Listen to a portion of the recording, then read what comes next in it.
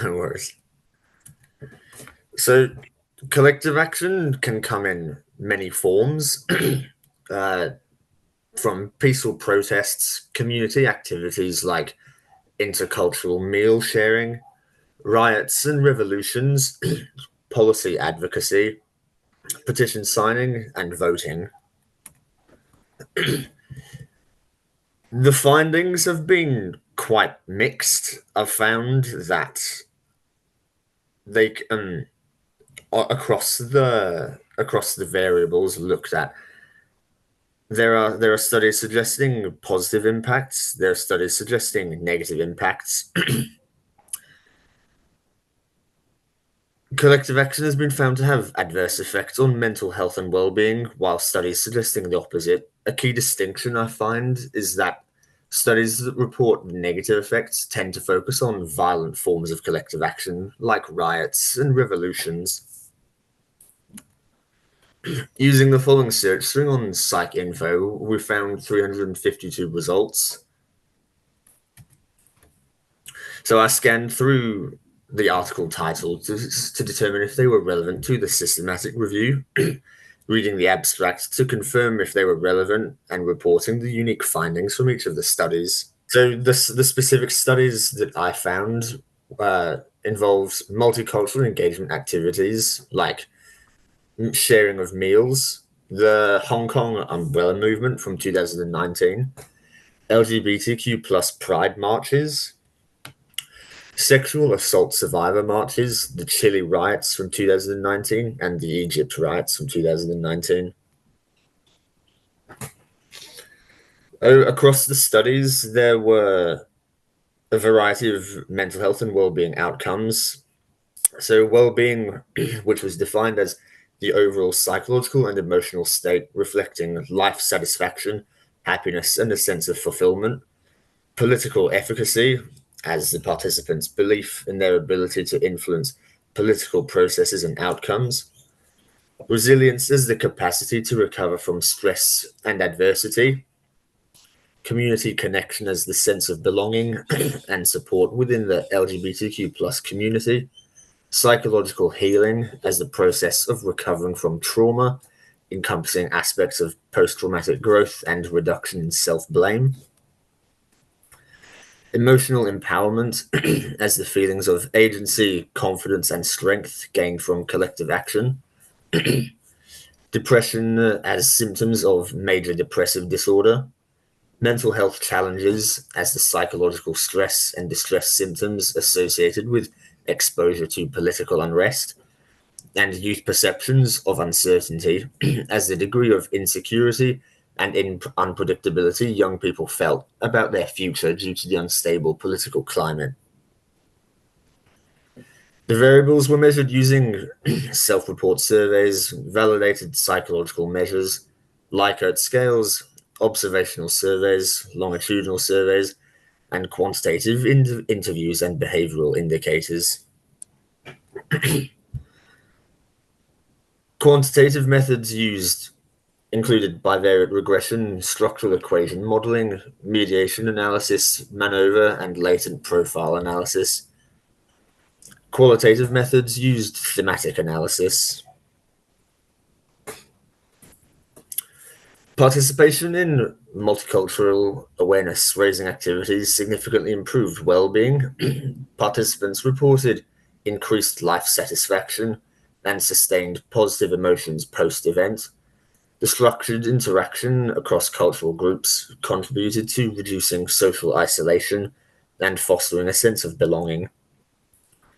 The findings suggested that community-based programs can enhance psychological well-being by creating inclusive spaces that promote shared positive experiences and social integration. These findings suggest potential for such interventions to mitigate stress and improve mental health outcomes in diverse populations. Youth who participated avidly in the umbrella movement reported higher levels of political efficacy during the protests, including greater confidence in their ability to influence policy and leadership competence. However, a decline in political efficacy was observed post-movement, attributed to perceived government inaction. The findings suggest that collective action can temporarily empower individuals by enhancing their sense of agency. However, sustaining these gains may require tangible policy changes or ongoing community engagement to prevent disillusionment among participants. LGBTQ plus activism contributed positively to resilience by providing participants with coping strategies and reinforcing their ability to adapt to adversity. Thus, activism created a support network that enabled participants to navigate minority stress more effectively. The findings suggest that collective action in the form of activism can serve as a therapeutic mechanism for marginalized groups by fostering resilience through community connection and shared purpose. Therefore, encouraging activism may be a valuable strategy in mental health interventions for at risk populations.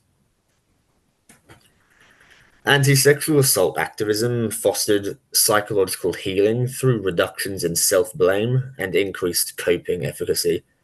Emotional empowerment was evident as participants gained confidence and a sense of agency through their involvement in advocacy and public education efforts.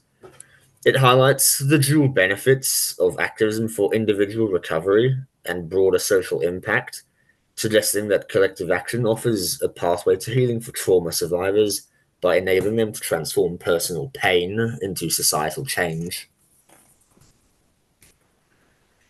Youth exposed to political protests in Egypt reported heightened mental health challenges in the form of increased anxiety. Uncertainty about the future was a significant contributor to these challenges, driven by prolonged instability and lack of clear outcomes from the protests. These protests often devolved into violent riots, with security forces subjecting participants to violence and confrontations between protesters as well. Thus, there was a fostered environment of heightened tension and danger with no obvious positive impact from the protests. And so there was a strong sense of political instability and the resulting increase in anxiety symptoms. The findings indicate that political instability has profound psychological effects on youth, especially during critical development periods. Policymakers should prioritize stability and communication strategies during periods of unrest to mitigate these impacts. And mental health services should be integrated into responses to socio-political crises. Exposure to violent protests in Chile significantly increased depressive symptoms. The impact was particularly pronounced among those who lived in the affected areas and those who experienced higher levels of protest related violence. The findings suggested that violence during collective action exacerbates mental health challenges during and after protests. Strategies to promote nonviolent protest methods could mitigate adverse psychological effects. Overall, the findings underscore the transformative potential of collective action in shaping mental health and well-being, while highlighting the risks and challenges associated with certain forms of participation. Each study emphasizes the importance of targeted interventions and policy considerations to optimize the benefits and address the harms of collective action. Many studies used well recognized tools like the PHQ-9 for depression and validated scales for resilience, emotional functioning, and self efficacy.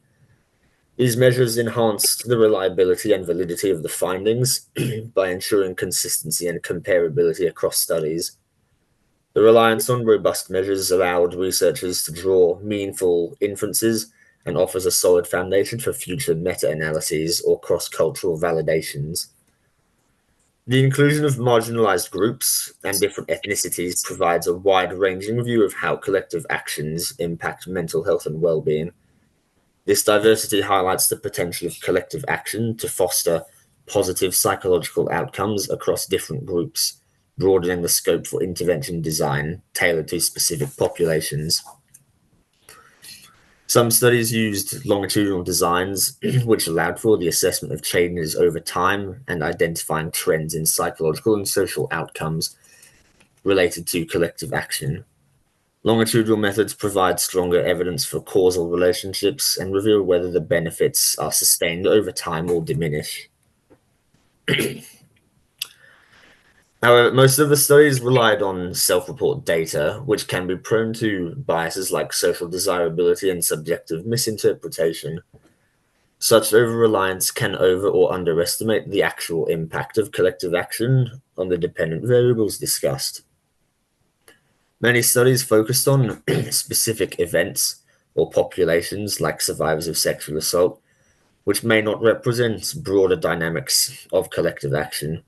These findings may not be universally applicable, and their relevance to other cultural, social, or political settings remain uncertain. Few studies measured dependent variables prior to participants' involvement in collective action, and this lack of pre-screening makes it difficult to account for individual differences or establish causality. Without baseline data, it's unclear whether observed effects are due to collective action or participants' pre-existing traits like higher resilience or already having depression. This also limits our ability to design tailored interventions to the initial conditions. While some studies measured outcomes during and after participation, many lacked consistent follow-ups to determine the long-term effects of collective action. The short-term observations may not capture whether psychological benefits or challenges persist, increase, or diminish over time.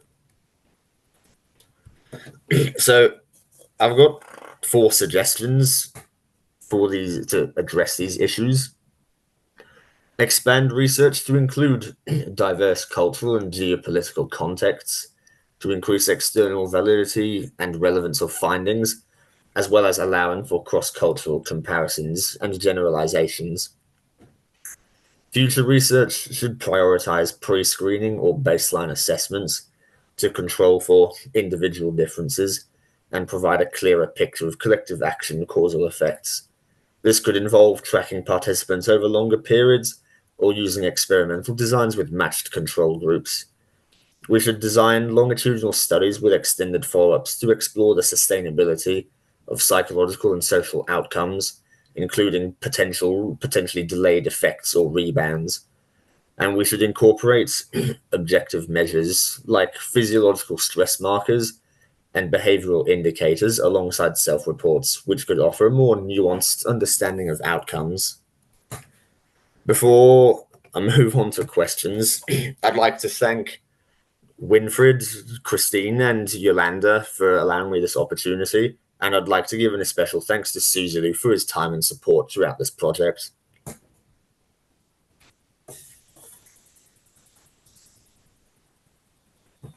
Great. Can you click through to the refs, please, Jacob? The what, sorry? It looks like the next slide has the references. Cool. Yeah, that's excellent. Okay, that's great. Thank you for that. Could you please stop screen sharing? So I will just offer some general thoughts and then maybe we'll go around and see who else wants to add. My main point is that I thought it was really fun, and I've been really neglectful in general of well-being. It's actually something that comes out in our recent work as really important to many of the variables I'm interested in, like whether people can maintain their identification, the way that they respond to their tactics, the changing norms. So well-being, it's critical. Cecilia, great idea to look at it. I know that other people like Kel are interested as well and have started to look at it. And Jacob, you did a brilliant job, starting the process and going through what looks like some really rich papers. I really liked your slides. A comment I would make is that what we found when we go to publish the slides is that we have this trouble with a copyright troll. Did anyone ever talk to you about this? No, but I did probably have that did bother me throughout making the slides. Yeah.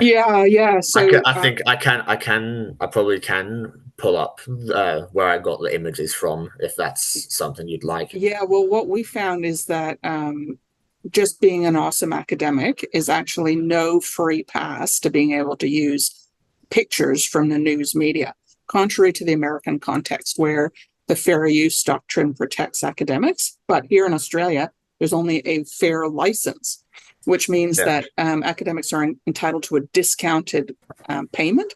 So we may actually not be able to publish your talk, or we may blur out all your pics. So something that I certainly was unaware of, and that I have to report, the school paid on my behalf more than $10,000 to the copyright troll this past year. Yeah. So everyone needs to be super aware of this and much more paranoid than we've been in the past. Do not use pictures from the news media. Do not use pictures where you don't have clarity that it's copyright free. And that includes a lot of stock pictures, which are only free to use if you have a license. And once you stop having a license, then they're not free to use anymore. So your uploaded file would then become something that would be liable for licensing fees, which in Australia, a single picture can be a license fee of $200 to $400 a year. So I share that with you, Jacob, because it's very much rich in my heart, but it doesn't take away from the awesomeness of your slides, which were very beautiful and compelling. And I especially love that you went through the definitions of the DVs. And I love that you and Cecilia looked across the DVs and across the context. And there's this nuanced presentation of the different types of collective action that I really appreciated and I found sophisticated and rich. So good work there. I guess it looks as though you probably didn't read all 300 articles, which makes sense. How many did you guys get to? I read I read 10 on Yeah, Susie's advice. I mean, I excluded a couple because one of them was in its own right a systematic review, and then yeah. I excluded a couple because they were more or less repeats of other studies. Okay, cool. Was that the Vestergren paper, the systematic review that you excluded? You may not have it memorized. I think it was. I think it's the third last reference I've got. Oh, Mental can health. you, Yeah. who's the author? Ni, Kim, McDowell, Wong, Q, Wong, Galu, and Lung. Okay, yeah, I don't know that paper. That's cool. I'm gonna suggest that you, Christine, follow up with Jacob and Cecilia so that we can set up a folder for this project if we don't already have one, so that we can put all the refs into it and the slides and maybe the recording if we do edit it, so that other students can build on this, because this is great. I really loved it. I don't know what your thoughts are, Cecilia, on the project and how you're going to move forward with it. Do you want to offer some general thoughts? Um, yeah, so we actually designed the plan for the systematic review, evaluating synthesizing the consequences of engagement in collective action on different aspects of mental health. And we just start the search in SciInfo and got so many results. But they're quite inconsistent, depends on what type of mental health indicators that they evaluated and what tactics of collective actions that they engage with. And some of them might not evaluate the actual engagement, but it's like attitudes or intentions to engage in collective actions. Yes. It's very interesting area, I think. And what stood out to me is the response of the state is an important moderator. And you know how we've been looking at repression and criminalization. And I feel like, at one point, Jacob, you comment that there's a policy implications that, state actors need to seek stability in times of uncertainty. But I feel like a kind of stronger conclusion is that state actors should not repress violently, demonstrators, because that has negative outcomes for them. But I kind of feel like that's unsurprising that authors in many of these cases, like I'm personally aware from my own collaborative networks of self-censorship by academics in Hong Kong about the impact of state actors and the impact of police violence. So you got to read between the lines sometimes. So when people say the state should seek stability, sometimes that means they're trying to say the state should not shoot protesters. But yeah, Yeah. so cool, so fascinating. I mean, so it does remind me of the work that you're doing, Kel. What's your reaction to this whole line of things? No, I thought it was really great, Jacob. Mm, I think Cecilia and I have been actually working on the systematic review, and right. I think what what I find really fascinating about what I've known so far about like collective action and well-being is that you get a sense that some people are looking at positive emotions that come out from collective action, and then other people are looking at negative emotions that come out.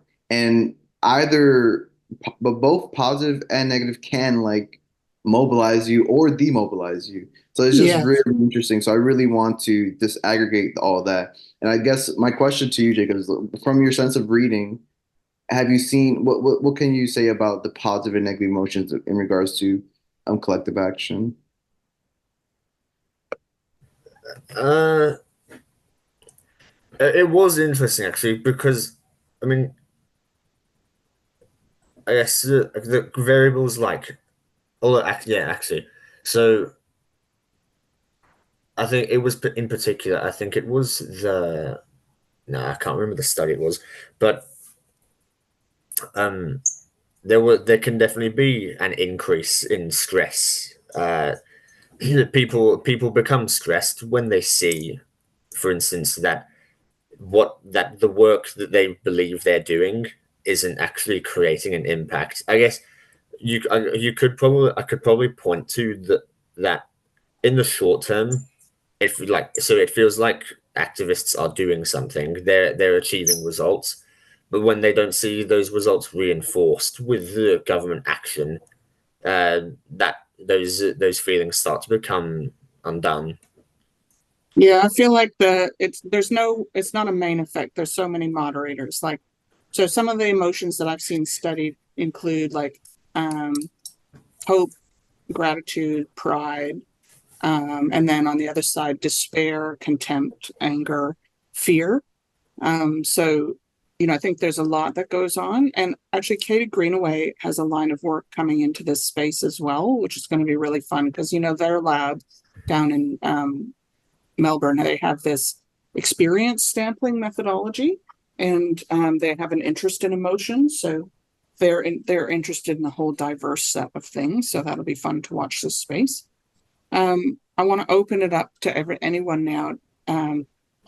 I feel like if you're interested, please go ahead and raise your hand. Otherwise, I'm going to start calling on people to give their feedback. David? Sure.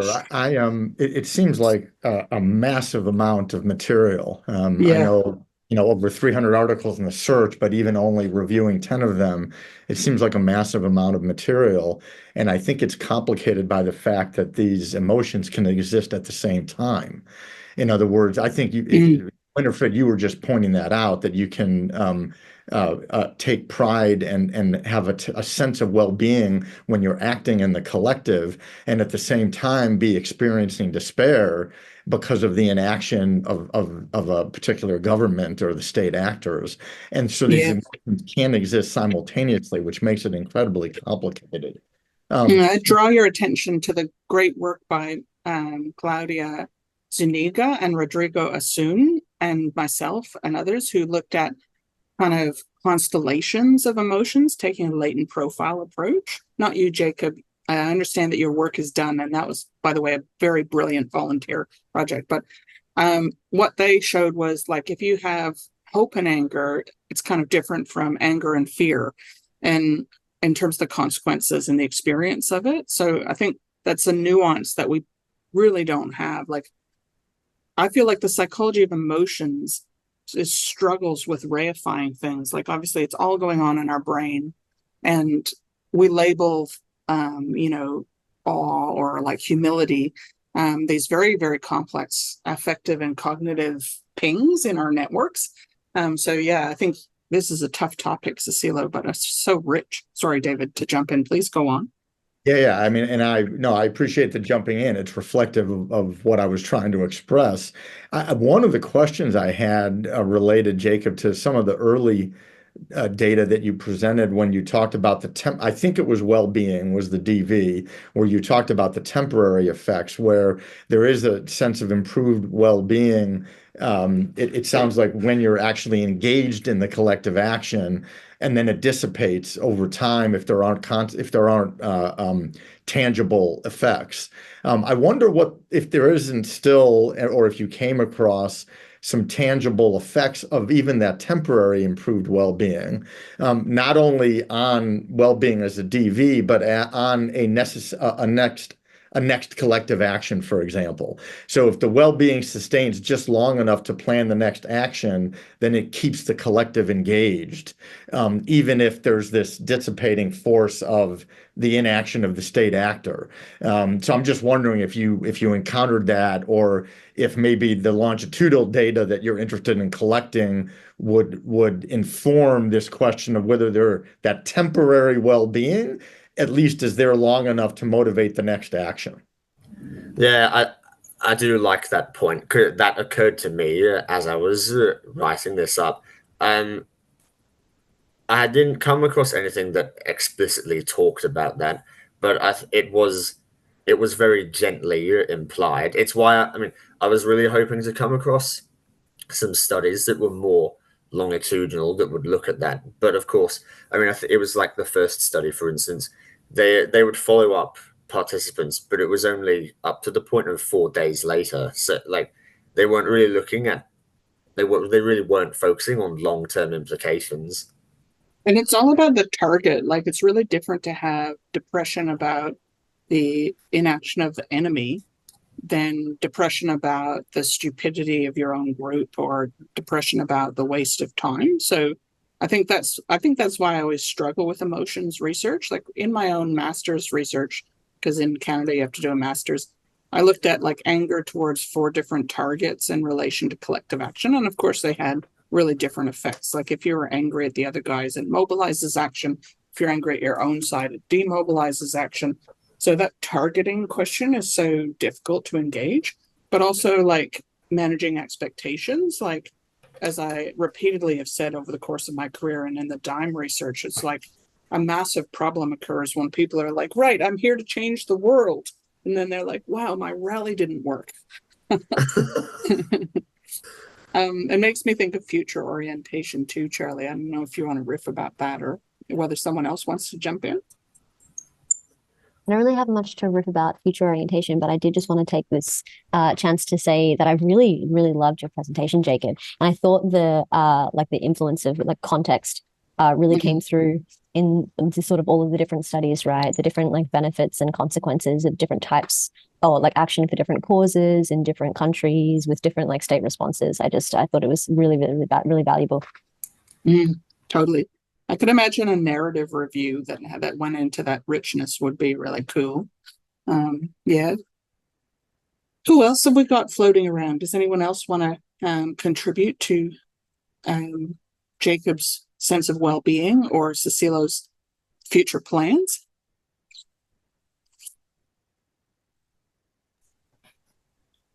Yeah, Michael? Just a very weird little question on it that came up at an earlier point. How much do we know about intercultural comparisons of emotions? Because language we've got, fear, anger, is very, very blunt instruments, these terms.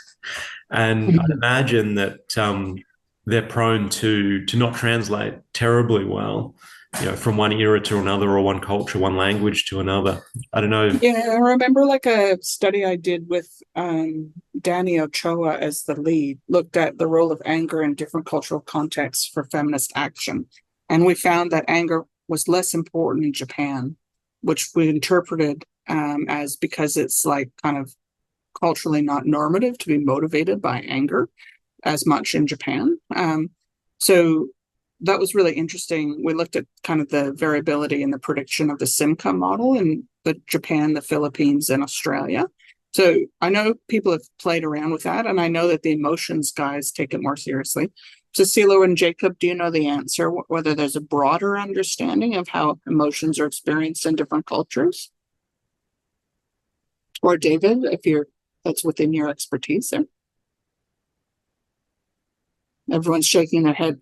I know there is a body of research on that, like things like guilt and shame. In English, they're so closely related, but in other cultures, there's a much more dramatic difference in the subjective experience. And I've certainly seen things about gendering of emotions and different experience of emotions like even the same labeled emotion can be experienced differently, right? So I've certainly seen stuff like that.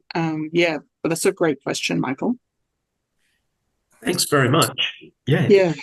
Oh, well done again, Jacob. I think we might leave it there in terms of Jacob's part of this discussion. So a round of applause for a brilliant piece of work.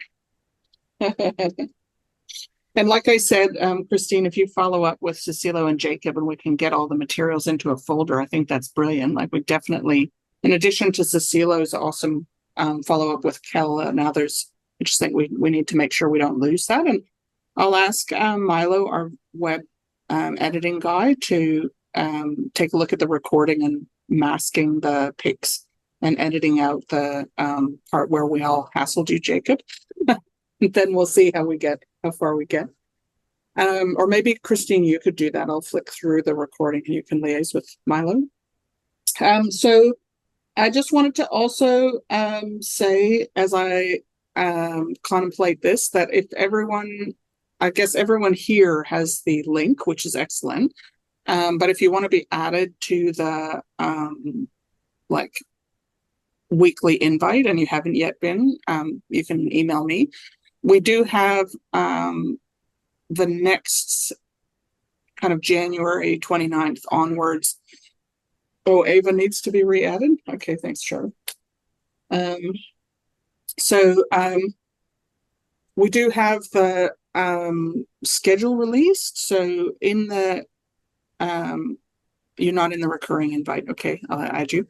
In the Outlook invite, it has a link that you can click through to the Social Change Lab schedule, which is viewable. I was going to make it editable, and then I thought, no, that would just create chaos. Charlie? Sorry, I didn't want to interrupt you. I just wanted to raise my hand before I forgot that I had a question. But No, go ahead speaking with your of question. the schedule, one of the people that me, Kel, and Ava met when we were in Europe, I was just speaking with him about maybe presenting on his research to us next year, but he's in Germany. So I was wondering if maybe we could have a special time that isn't midnight for them. Yeah, we definitely will do what we did in the past and change the time to suit international speakers. So any week where we have a morning slot with advance notice can become an evening slot. Probably we're more interested in like 4 p.m. though than 5 p.m., which is still quite tricky for German. So depending on the person, midnight may be easier than 7 a.m. Okay, cool. I'll check with him. It would be in something like February or something like that. Yeah, cool. Well, have a look at the schedule, you guys, if you can click through from your Outlook. And then what I've done is suggested that people email me or Christine if they want to be added. So I didn't make it widely editable. I just made it widely viewable. And if you can't view it, then let me know and I will see if I can sort that. And then next week is Shafik's presentation, I think, about their research. But the following week, in December at any rate, we're going to have a session on the use of AI in academia. And before that session, I want everyone to read watch Jason Tangen's video recordings. So I forwarded a link, and if you don't have that email and you deleted it, I can re-forward it to you. So I was pretty awesome. And I've been trialing some of the stuff, like having ChatGPT create PowerPoint slides for me based on an article. And it was pretty neat, I must say. So please have a look at that so that we can have our conversation from a more informed base. Although the first, I think I've set a recurring conversation about AI in the lab because I just think we need to like stay on top of this. But the first part is definitely a whoa. Well, I think next week is canceled, Winifred, because we're gonna go to the SAS Yeah, conference. sorry, thanks for that. So next week canceled because of SAS. The following week, oh, thanks very much, Christine. That's brilliant. The following week is, I think, well, I should click through to my own calendar there. The following week, she said, clicking through to the calendar like a boss. Will be Shafik presenting on their terrorism research. And then the 11th of December is when I'm hoping everyone will have had a chance to watch the little videos. The videos, for the most part, are really short. Like, I think there's 10 videos, but many of them are less than 5 minutes. So the total watch time is like an hour, I think, from from a presentation Jason did in our lab. Does anyone want to say anything else before we break? Oh, and we also have a practice session for our SASP talks for interested parties. If you'd like to be added to that and you're not already, you're welcome to do that. We probably can't add any more speakers, so we're going to focus on the existing crew of speakers, and then people can come and watch it if they want. Does anyone want to add anything else? Okay, I'm just looking at my notes to make sure that was good. Yeah, really enjoyed that. I'll just say again, Jacob, good work. And thanks for giving us your time and energy this semester. I've been really inspired by how much the volunteers get done and how we all learn from you. So thank you so much. That's really fun. And cool idea, Cecilia. Yeah. Okay, so let us adjourn early. And I also will note that I'm hoping the lab meetings will go to the 50-minute hour. I'm trying to have all my sessions go to 50 minutes to allow for a more humane lifestyle filled with well-being and a fabulous sense of rest. The influence of my long service leave. Yeah,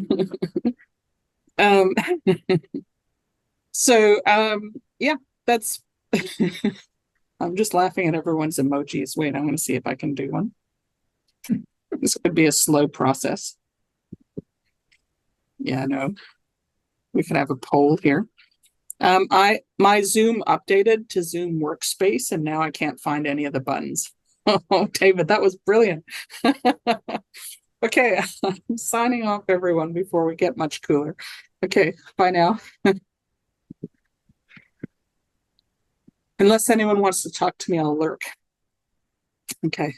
Well done, Jacob. That was brilliant. Yeah, Thank you. I was hoping to speak to you briefly because yeah, of course. So I mean I absolutely enjoyed this project throughout the whole semester. Great.